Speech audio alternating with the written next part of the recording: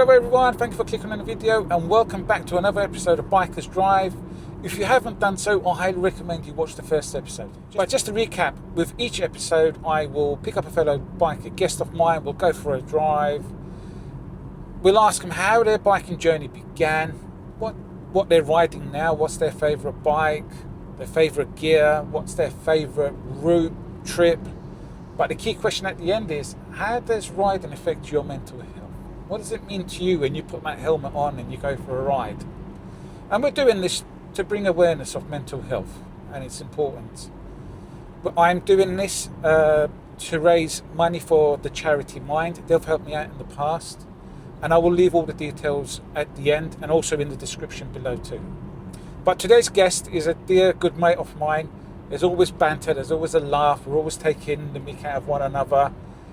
But a serious mode switches on when we need each other, when we need to confide in each other, or, you know, that listening ear.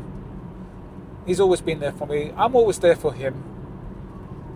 And when I first started the project, he was there. He said, "Look, man, I'm there for you, bro," and I really appreciate that. And I'm really grateful he did. So yeah, will be a good one. Stick around, do watch. Yeah, but there's gonna be banter. There'll be banter. And Nigel in the last episode said something which has stuck with me, and that was it. That is the whole thing with this. You know, it's good to talk. And he's one of those dudes I can talk with. Not just about bikes, having a laugh, but the serious stuff too. But yeah, right, stick around. I'm going to go get him. Bro, nice shirt, mate. Yeah. I mean, I've worn blue and white to represent my Greek flag. You could have worn red and white, at least for me. Yeah, okay, fair enough. But firstly, I don't have a red and white, so that I don't look like an Easter egg. And then you said blue and white. I mean, you know, this is proper blue and white. No, not that sort of thing. I don't know why. It looks like a picnic blanket type of thing, you know. It's a Dixon shirt. Bro. Ladies and gents, my bro, Moses, thanks so much for coming. This Pleasure. really, no, honestly, this means a lot. And he was one of the first dudes to say, "Hey man, if you need my help, I'm there for you." I'm grateful, man. Thank you, bro. No, pleasure. I mean, you know, I wanted to do it. I feel that it's, you know, a topic that should be discussed. It's not discussed enough, but we'll get to it. Yeah. And, you know, this might explain to some people why, you know, when things get tough, we just want to jump on the bike and go out for a bit or disappear for a few hours or if you can a few days or weeks, basically. So yeah. No, that is it. And it's what's interesting is I'm speaking to people off camera, obviously, just trying to get people's attention on the topic and even trying to get further, like, new guests on the show. That common theme of putting the helmet on, going on the bike and doing the reset, it's there, man. It's there. It's really cool to get people's view on the topic. But and so just you know, just for any future guests, you know, it's a safe space, guys. You know, don't worry. He's got his hands on the steering wheel. Yeah, he's wearing a seat belt, right? You'll be safe here. You can't, you know. His hand might swerve a bit, but you know. No, we're not driving. Proper driving like we're not driving like we're in the Middle East or Turkey or anywhere sketchy like that. Well, yeah, it's in our DNA. Mind you, do you know what? The craziest thing, we were in Skiathos. Oh, Do yeah. you know what? We were in Skiathos. Yeah. And we took a taxi once. Reminded you of home. Oh man, bro, the way the guy was driving that night, I was cool with it, but man, that was sketch. You guys, the way you guys drive is kind of sketch. But bro, did you want your bum warmed up? I'm warmed up. I told you, you know, guys. You know, I just said it's a safe space. He's asking me, you know, bro, heated seat. It's kind of cold, man. Heated seat. If you want. No, mate. We're a family show. What? She's mind. That's where it goes straight away. But bro, let's kick this off. All right. Let's kick this off. First, so where did Moses and biking start off? Let's start off with So I grew up in Corfu, Greece, and I started riding probably when I was around 13, 14. Other people's bikes, because I didn't have mine, and mostly there were scooters or step throughs that we had back then, and eventually my dad saw the opportunity to get a proper bike himself. So when I turned 16, he said, you go get your moped license, and I'll give you my bike. He had a Vespa 125. Proper gear stuff. No, there were no automatic scooters back then. So, and he went and bought a Yamaha Phaser 600. So, do you know what I was going to ask? We were talking about the examination with, or the license test for the motorcycle with Nigel. What was it like back in Greece back then? So, well, you could get a 50cc license from the police. You'd still have to take the theory test and a practical, but then when you turned 18, you'd have to go and get your proper bike license, and you have to go through all of that again. It's changed since, but what we used to do, we used to get a 50cc license, and then the majority of us would either be riding either a Honda Cab C90 or the Piaggio Typhoons 125s had just come out. We were basically riding anything but a 50cc, right? So I was riding a 125. Yeah. Most of the time, now and then, we would get caught by the police. Did you just? No, there was none of that. You'd get a ticket, park the bike on the side of the road, someone with a license would go pick it up or something, and then like 2-3 years later you get called to court. Right, just a disclaimer. Yes. We're not. No, we're not condoning any of that. And that was Greece in the 1990s. So, and we would, present our new full license by then, because you would have, taken your full exam and stuff, and they would just basically, give you a fine and let you go. But that's when I started, and whenever I could, I would basically take the 600 rather than the 125, obviously. And what, did Dad allow that? Dad allowed that, yeah. So he turned a blind eye. Oh, right. And the best thing with the 600 wasn't the speed or the acceleration or anything like that, was that I could slide the back end on first, second gear most of the time, because obviously the roads, were sketch. Dirt. Yeah, well, no, they were not dirt, but they were a bit, sort of shiny, especially in the summer, with the sun and all that stuff. So, that was my favourite part. The laughs we used to have back in Turkey, it was, I wasn't riding back then, but with the car, I remember getting into a couple of cars. It'd been raining, no ABS. Oh, and like four-wheel lock-up. Yes. And you're sliding along for like the laughs and giggles. It's stupid, but yeah. I know what the tarmac is the same as what we had back then, and it was like, that's the thing that happened to me in Italy when I was heading over to Senegalia.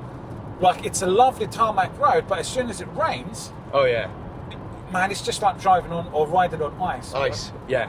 Yeah. So that's when I started, really, and I did get my license the day I turned 18. Was it, like over here, it's restricted? No, there was no. So that was pre-restriction. There are restrictions now, but I could get a full license when I was 18, basically. So thankfully. Do you know what? It goes back. I started off on the 50cc with obviously when I was training up. Yeah. When you go from the 50 to the 125. Yes. I only did the 50 for a little bit, and then the guy said to me, he goes, look, just do the 125 manual, because I wanted to get a full-on license. Do you know what was really cool? Going from the 125 to the 600. Yes. Because I'd never experienced it before, and they were saying to me, like when I was doing the Mod 1, Yeah. there is a huge difference. And the ease, I found it easier riding the 600, learning, than the 125. But I brought back memories, man. Yeah. I don't remember. I've always been a petrol head. I've always been a speed freak. So. So Moses and I, it's not just motorcycles, it's cars as well.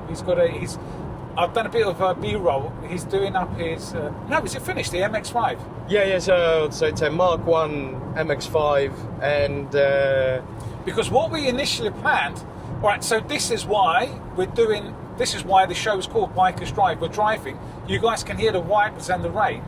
This is perfect time for us bikers to chat together. Yeah. Ideally, what we wanted to do was take his MX-5 out, but I mean, there's no way, because I was going to do the roof down, we'll get the 360 footage, we'll do all of this, but we're not going to do that. No, I think in today's weather we'd have probably turned into a fishbowl. Yes, it would have been soppy and soaky. Yeah, but yeah, no, I did. Well, I've done everything. What's left is for me to find the courage to take the dash out and repaint the top black. Because obviously with the years and the heat and the sun and everything, it's just got. But it's a one of those jobs that will be done over winter in between the other projects. Did you? I can't remember. Did you tune the engine on that? No, the engine is just standard. Standard. I've kept it. It's a restoration. There is no resto mod on it. It's a restoration. It's pretty much, as far as I can remember, pretty much everything is OEM and standard. And you're also restoring something else, which is, so there's a bit more of, it's in parts. Yeah. I did a bit of B-roll on it. Tell us about the... It's a 1974 Honda Monkey Z50J, the Chrome limited edition. Right, do you know what? I genuinely can't wait for that to be finished and to see that in action. That's going to be... Yeah, so I just I got it back the Chromers a couple of weeks ago, and I just now need to recover from that payment. What? How much is it roughly? So no, wait, because it's all in parts. So you are doing like a full restoration. Yeah. It's literally it's. If you don't mind us asking, no. How much is it costing you right now? So the rechroming of the whole frame and the front forks and a few other bits and pieces was $1,000. It's very expensive. But how much did you pay for the bike at the start? I paid $1,600. Yeah, it's not that bad. Look. I mean, it's a fun project, man. This is not a business, sort of. Like job. You're not investing in it and then you're going to sell it. So this is a restoration, and it's probably just gonna be ridden, a few times, and the rest of the time it's gonna live its life on a shelf in my office, looking sparkling. Basically, you can literally lift it up and put it on the shelf. You can literally, yeah. So when I bought it, I put it in the boot of the car and got it back home. But do you know what? So Zach and I, we were at the Birmingham Motorcycle Show, and we were checking out the new Honda Monkeys. And one thing we both agreed on it. We were saying, what a laugh it would be to get a whole bunch of these. Yeah. Right. A couple of our mates. We'll get a group of us, either Morocco or just somewhere fun, to go with the bikes. Yeah. I mean, it's going to be a miserable journey to get there, but the banter, the laughs. and the fun of riding that's man. We've got to do something. We've got to make that happen. You're right, and there's quite a few people that do trips like those. Funnily enough, on new and old monkey bikes. So there's definitely a following there. Forget the Harley-Davidsons. Yeah, we're gonna switch to monkeys. Can you imagine? Yeah, why not, man? 6 foot, 200-pound blokes on monkeys. I sat on at the motorcycle show. I sat on one. Yes. God, it's comical. I was going to ask someone there to take a picture just so I could have a look and see what I was like. Man, but that's the whole fun of that bike. It is that comical size. But I'm guessing the thing is, you're so like low down on it, and do you know what? I want to go and test ride one. Actually, I might do that for a laugh. The new ones are really good because they're 125, so they do have a bit of poke, and they do they've got disc brakes and stuff. So it's going to be more reliable. It's reliable, it's comfortable, and so on and so forth. The 1971 or 70 something, whatever this is, it's a 50 or 70 cc depending what it's on there, and has a clutch, and it has drum brakes, so you ain't going anywhere fast, and you are also not stopping on a dime. Will it get how long will it take to get to 60, and how long will it take to stop from 60? I don't know. We're going to test that. We have to test that. Yes. We'll need to video it so that we can get an accurate. So I'm guessing if it doesn't get to 60, I'm not sure you're going to get to 60. I'm aiming for 50. If I get to 50, I'll be super happy. Yeah, absolutely. Wicked. What other bikes? So we're going to come on to the Harley-Davidson thing. That's how you and I met up. But what was the other bikes in between Harley-Davidson? So a Vespa PX200 that I restored, then a SV650 naked, a Phaser 1000, a Hornet 600S, a TDM 900, a KTM 690 SMCR, and then the Harley. Bloody hell, mate, you've had some bikes, man. Well, I've started almost 30 years ago. So. But when you're restoring, are you working on the bikes yourself? Do you like to get your hands dirty? I do. There are certain things that I can do, and there are certain things that you've got to send to like a specialist. There might not be a specialist, but it'll be someone who knows. Yeah. So I'll send it to a mechanic to do stuff, and I always, when I finish, I always send it to a mechanic to go over it, because one thing I've learned is that no matter how much you think you know, no matter how much you follow certain instructions, I'm not a mechanic. This is a hobby, and some of the bikes that I've built, they've been built to go at speed, so they need to be safe. Yeah. I mean that's paramount. So I like spannering. I like doing certain things, but I do recognize my limits, and prefer to be safe than sorry, I guess. Before we come on to the Harley-Davidson, what was your favourite bike from all of the bikes you had, and is there a dream bike you'd love to have right now? So the favourite bike, I would probably say, was the Phaser 1000. They're cool bikes, man. Which it was the latest. It was the later edition, which had the fuel injection rather than the carbs, and I had done as much as I could on it, apart from touch the internals of the engine, and it was an absolute monster. So I think that probably was one of my favourite engines. and bikes. I did find it. Sorry. I did find it. It was challenging because I've always had 2-cylinder bikes, and I had a lot of engine braking, and then I had this thing that was 4-cylinder, and they don't have that much engine braking. So it was interesting to switch and learn the different riding style. So yeah, I'd probably say that was a favourite. And the other favourite, second favourite, was the KTM 690 SMCR, the Supermoto. That bike had 2 modes, parked and mental.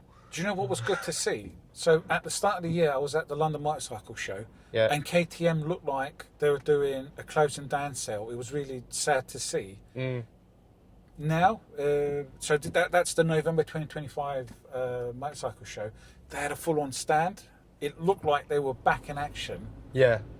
KTM a cool company, man. It'd be sad to see them go, but it seems like they're back to normal. But dream bike. So. Dream bike. What's your dream bike? Dream bike. I will probably say that I've always wanted a sports glide. Yeah. I rode one in the US in 2010 and or 11, and I absolutely love it. But they since have brought out the ST versions, which are a bit higher off the ground, which means I can still ride it like I stole it and not scrape bits of it, which I seem to be constantly doing on the Sportster. So that's perfect time. So what are you riding right now? So I'm riding a Sportster Iron 2016, which I've done a bit of work to it, and I've got it to, sort of where I want it to be, both in terms of stopping power, but also a bit of go. So that's it. I don't tend to ride. I don't get to ride it as much as I used to, as I like to, due to having a 4-year-old. But we all go through that phase. Well, you're thinking of upgrading it into another model? The bike, yeah. So you meant that? I thought you were referring to the wife, but yeah.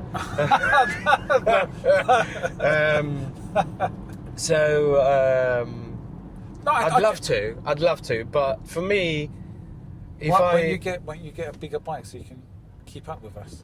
Yeah, well, you think I can't keep up with you, but that's Wait, did you do a stage 2 on it? Did you? Why am I thinking? Was that? That was someone else with a Sportster, I think. I'm not going to be incriminating myself on video, but it will keep up with. You've just done external decorative mods. Absolutely, yes. Like a badge or a sticker. Totally. Okay. But I'm not upgrading because I'm not traveling. We used to travel with my wife every year. We'd do 2 weeks in Europe on the bike and so on and so forth. And we've done it on the Harley, and we've done it on the KTM, and other previous bikes. But at the moment, we can't sort of go on a long summer trip. So that's why I'm not upgrading, because I'm not doing the mileage. I'm not going anywhere. You're happy with the Sportster? I'm happy with the Sportster, and even if I upgrade, I will probably keep the Sportster. Do you know what? I really wish Harley-Davidson wake up and they bring back the Evo, air-cooled Evo back. Because the thing is, it can meet current regulations if you just put a bit of R&D into it. Yeah. And bring back the original Sportster kind of thing. Because that's going to sell, man.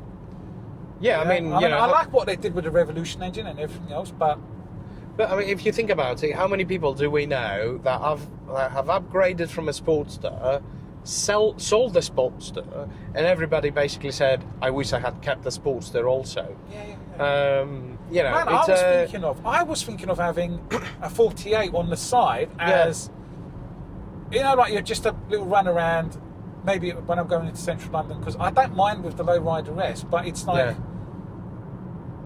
there's it's a buzz. longer bike. There's There's a buzz about it. Even the sound of that Evo is a classic Harley-Davidson. Totally. No, sound. I agree with you. I agree, and I think it's always a difficult thing to balance. You know, as an organisation, as a company, you know, what do I keep? What do I upgrade? You know, what's got you know, historic value in terms of the brand and so on and so forth. I don't envy them. They've got a very difficult job in their hands, and I hope the new CEO helps them get. He seems to Artie. He seems to. He's a bit more in touch with the dealerships, and I think that was one of the first things he did was get down to the trenches, as it were, and speak with the dealerships, which I like. He seems to be doing the right things. We're hearing the right things, but in the future, is this strategy going to play out? Let's see, man. That'd be interesting. Absolutely, I agree with you. You know, you have to, whatever job you're in, right? You have to speak to the people who speak to the customer. Everyone else, for me, is too far removed. So yeah, I mean, you know, fingers crossed that he picks up the company and turns it round, and we see more cool and good stuff coming out of it. Okay. Right. One of my other questions. One of your favourite motorcycle gear you wouldn't miss out on, or you would recommend to someone to have? One of motorcycle gear, because you've been riding for ages, different bikes, but is there one particular gear that sticks out? So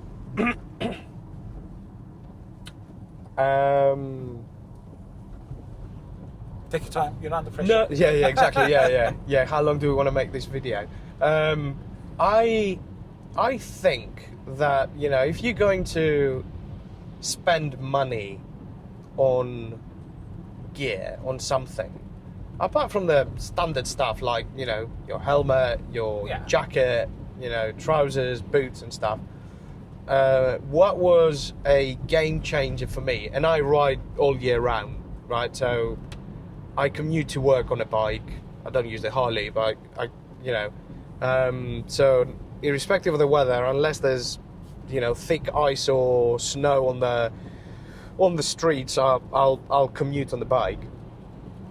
Heated gloves. Oh man, bro, I mean, you know, I've had, I don't know how many pairs of heated grips I've had on bikes, right? And they fell, don't they? It's not the top part as well, so it's exactly, yeah. So it's literally warming your palm, basically, right? Because you're holding the grips, but you know, you have fingers on the clutch, fingers on the brake, and your hands exposed, so so on and so forth. So and if you're wearing thick gloves, then there's not enough heat coming through. So a few years ago, Wars Harley-Davidson were doing a sale on Gehring, I think it was, heated gloves, and I thought to myself, okay, you know, I'm gonna spend and buy them, and they've been an absolute godsend. Yeah, they're a game changer. You know, I've wired them in, you know, the commuter bike. I've wired them on the Harley, and they're amazing. If you go, you know, I don't know how you managed to get up to the NEC a couple of days ago in that freezing weather. No, I drove. Oh, you drove. Oh, Zach was on the bike. Zach was on the CVO, but he had heated stuff on as well. Right. Okay. One thing I asked him, this was interesting, because I thought the road glide fairing would block some of the air coming onto your hands, and he said no, the hands are actually slightly above, so they do get. The fairing doesn't protect your hands in that sense. It protects all your body and whatever. But no, he was wearing heated stuff. Yeah, well, that was cold, bro. That was like 4 degrees, 3 degrees. I know, because I was out and I felt it even on my 30-minute commute through London. Honestly, I rated him on the way back. I'm driving and I'm like, my bro is riding through this. I mean, he's got a lovely. The thing is, that's a bike to do it on. Yes. But I'm like, man, I rate it. I genuinely rated him. That was crazy what he did, but he did it, man. Yeah, no, fair enough. Good on him. All right, next question. Favourite touring route or a piece of road? Favourite destination on the bike? So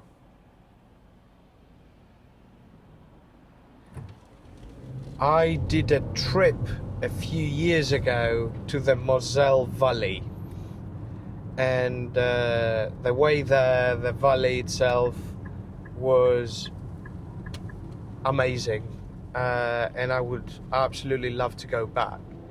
Saying that, our honeymoon was about just short of 3 weeks, riding from the north to the south of New Zealand. No way. Yes. Oh man. Okay. And was it proper Lord of the Rings country you guys went through? well, yeah, there were a lot of green hills and a lot of sheep, especially on the south. I'm sure it wasn't Wales. Yeah, I know. It wasn't, because it wasn't raining. Okay. It was nice and sunny and warm most of the time. But the scenery, the roads was absolutely amazing. Even whoever put the speed limit on in that country must have been a biker, because you could literally set the cruise control. So we rented a BMW GS 1200, and it had cruise control. So there were times where I would just literally set the cruise control to the speed limit, whether 60 or 70, and you could literally just leave it there and just go through the twisties and everything. Do you know It's literally like someone built the roads and put the speed limit as if they were a biker. I was saying that about Germany, the particular bits I rode through around the Black Forest, Yeah. even coming up to that region. Those roads were built by a biker. There must Yeah. have been. And those Yeah. guys have got the autobahn without speed limits and things like that as well. That's cool. Do you know what? That's Australia and New Zealand are on my list of places to ride just for the scenery. Man, that's on my bucket list. Yeah, yeah. What, is there a particular place on your bucket list to ride? Bro, I'm going to turn around. This is a joke, isn't it, up this way? We can slowly go back. Guys, we are going to go for coffee. I picked a pretty cool place that came recommended. So, bucket list. Bucket list destination. There's a few places that I'd love to go. So I hope some point in my life I can get to do a very long trip around the US. Oh man. I've done the 101, but there are, so many nice places to visit.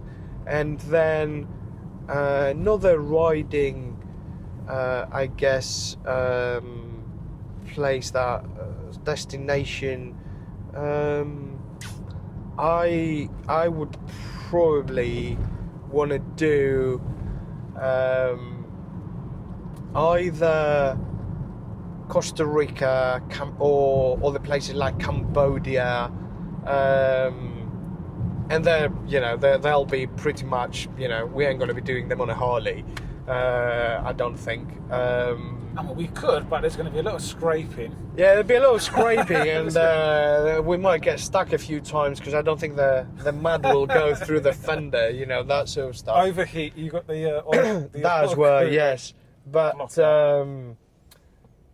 yeah, I want to give a shout out to Off the Curb guys. Yes. That I think it was last year or the year before, we went and did a trail day with them, and it was absolutely amazing.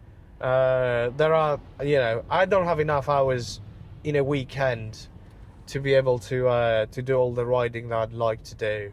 Do you know what I wanted to do with them? They do a 2-day. That's it. Yes, we should do that. I want to do it. All right. Well, no. Right. Let me know. Okay. Can do Because it. I was speaking to both Fred and Andrew. Yeah. because Fred and Andrew, who run Off the Curb, they're part of the chapter.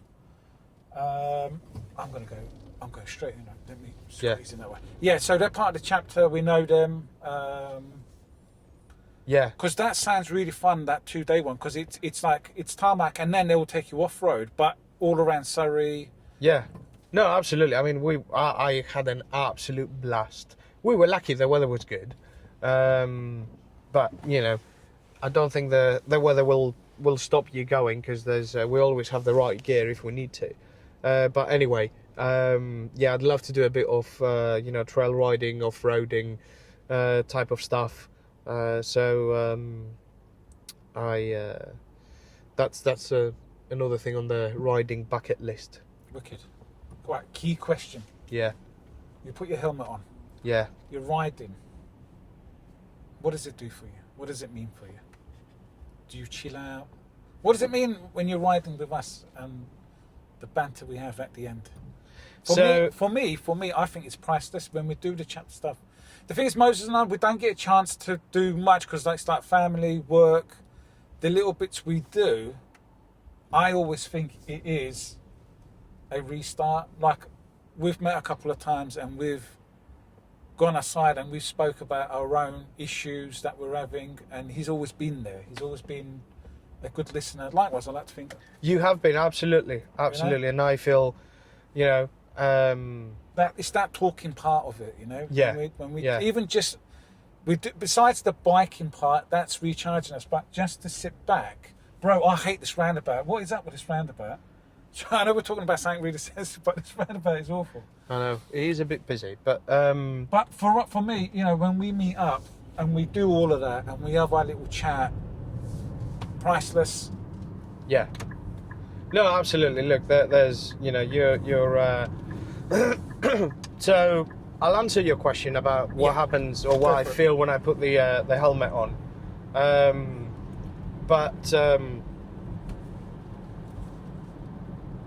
and what it does for me, and so as you know, the last 2 years have been pretty challenging for my family, and I'm going to talk about something that it's obviously mental health related, but I want both men and women that might listen to this interview or discussion or chat, whatever you want to call it, to hear about this as well. So probably about just over 2 years ago, my wife and I had to make a very difficult decision to terminate a pregnancy at 20 weeks, which is 5 months, for medical reasons, right? And it has been a very difficult time for us, and this is not to compare, how men and women feel it differently, but let's be honest, women will feel it a lot more and a lot stronger than we blokes do, and our roles, in this equation are to support each other, but there's a lot more support that will most likely come from the bloke in the relationship, and it's been we've been trying to grow our family, and we're making steps towards the right direction. Thankfully, it's taken 2 years, a lot of trial and error, and a lot of people, they don't talk about those type of things, like the miscarriages, the terminations that people might have to do for reasons, and the mental toll that it takes on the individual, but also on the unit of the family and the couple. Of course. And a lot of people don't talk about it. I am very open about it, and I will tell everybody that wants to hear or that wants to know. And I think it's there's a stigma on this topic. That was one of my biggest. That was the key hurdle I couldn't get over, and I was worried about doing this particular project because it's so sensitive. Like I honestly, it was a block that I was facing. Do I break through that block and just go open with it, but at the same time knowing it's something people don't really want to chat about? You know, they might want to keep it in. But I think that's the negative. That's the whole thing. Yeah. When you're keeping it inside and not talking, that is having a complete and utter negative effect on your mind and well-being. Absolutely. And also we are strengthening the stigma, if that's the right word for it.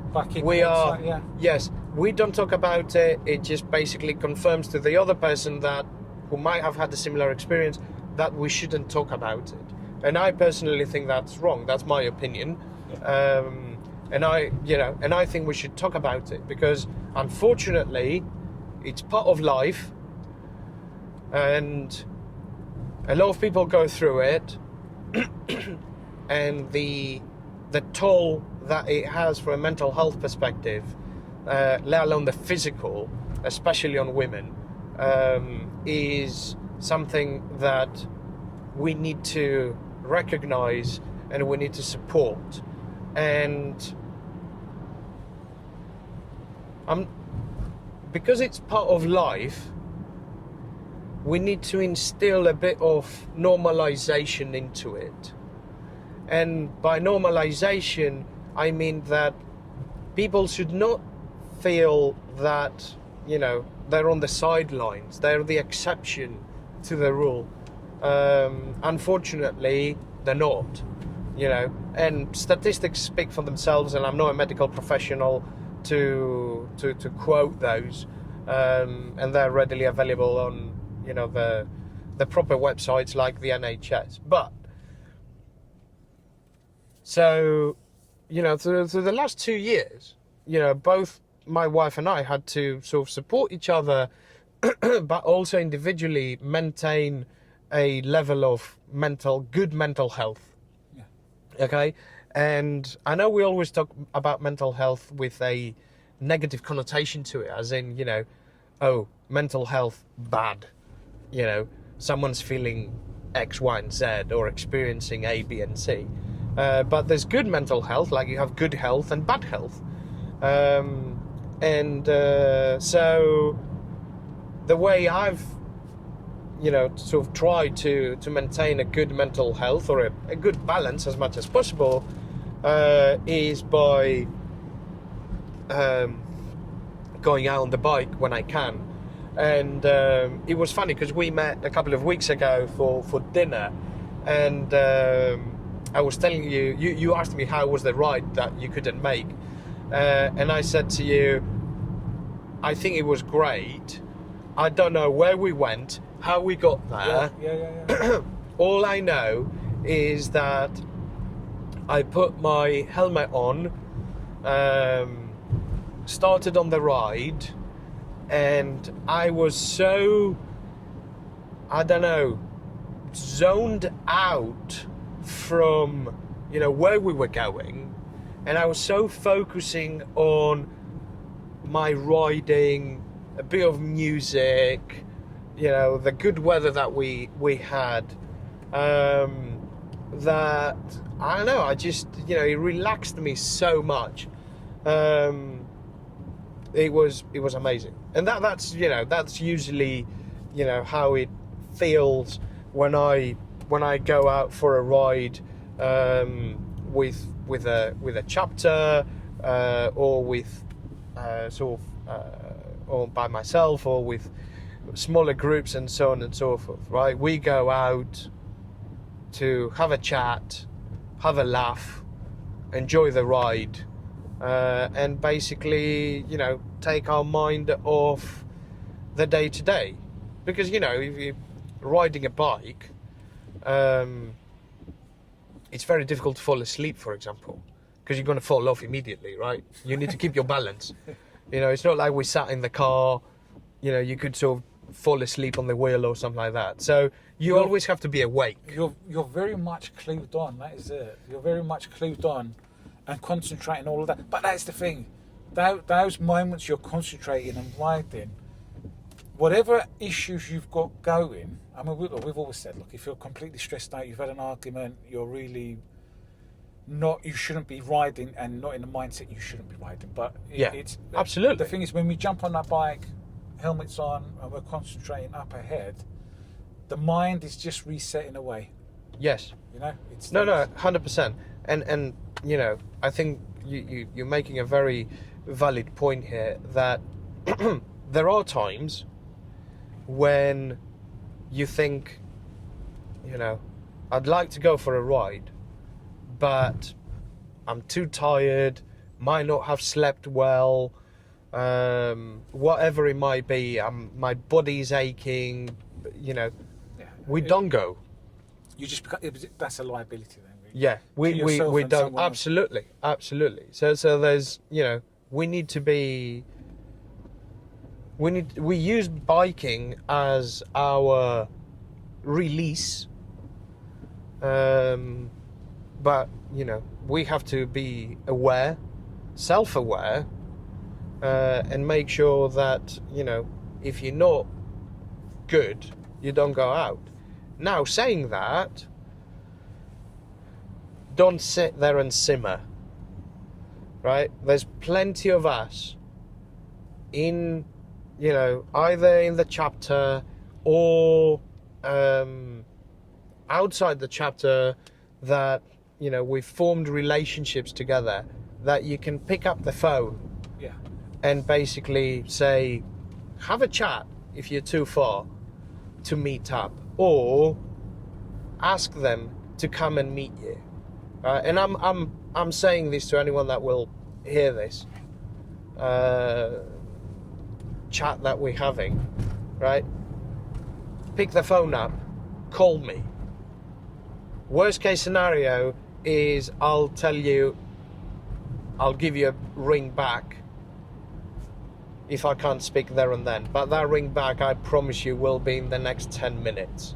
It won't be in the next day or the next 10 hours, right? I will just have to move to a quieter place so I can speak to you. So I think that's very important for a lot of people to know. No, that's it, man. That's the message. Hopefully, we get across. We talk, and it's not just, you know, amongst our friends and people we know, but there are other organisations out there. We'll leave all the details below. Bro, no, that was you hit on a really personal, sensitive subject. Thank you, man. No, pleasure. You know, there was no obligation for Moses to do that, none of this is scripted or anything like that. When I started, I said, Moses, this is your show. Yep. You go where you want to go with it, and no, thank you for sharing that, man. No. And I'm sorry for, like, you know, the loss you guys have had. Thank you, I appreciate it. But you guys are super strong. You're fighting through. You're doing everything you can. We're here. Yep, absolutely. To support each other. Absolutely. Thank you, bro. All right, I need coffee. Likewise, because I've not had one yet. All right, we need. I managed to have a line from the toddler, so. No, I'm going to go and treat my bro. Anything else you want to add? No. We're going to do a thank recap. you. We're going to do a recap. Okay. All right, let's get some coffee. Awesome.